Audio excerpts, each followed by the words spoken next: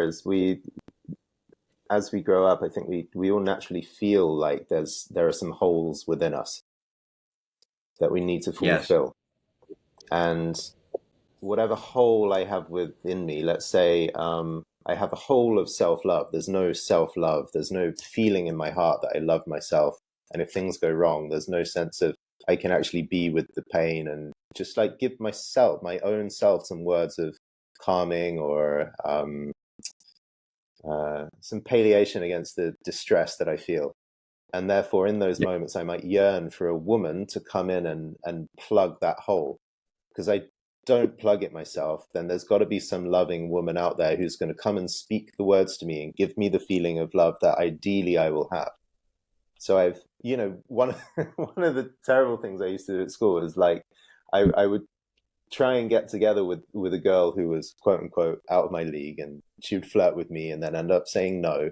And then in the distress of rejection, I would turn around and then find another woman who was ready to give me love and pat me on the shoulder and just say, "Oh, Jordan, you were so close and it's so unfair and you'll find the right." So I'd run to another woman who would give me the love that the first one didn't give me. Right. So I was very much looking around, seeing who could fill that. And it seems to me, you mentioned loneliness, neediness, self-esteem, self-value, feeling alive is another one for men. They feel that they're not alive in themselves, or they're so stretched and so busy they don't feel aliveness.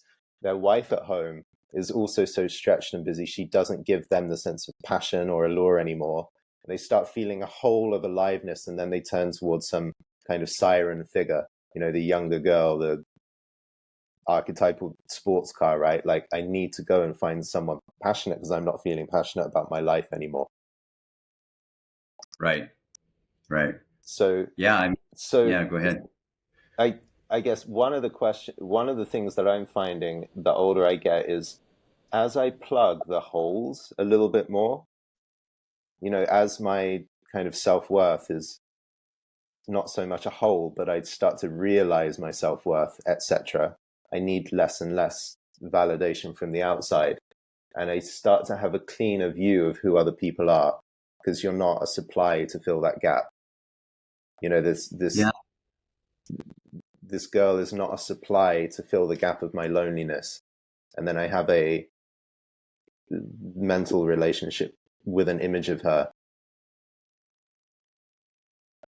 But I mean, there's an analog with the way we're trying to relate to the other, that we have a need or a desire or a hole, as you express it, right? That we want to fill, and but it's no different than you having this hole in fulfillment of your career path, for instance. You're trying to find equilibrium in what you're doing on your daily basis, and we have that.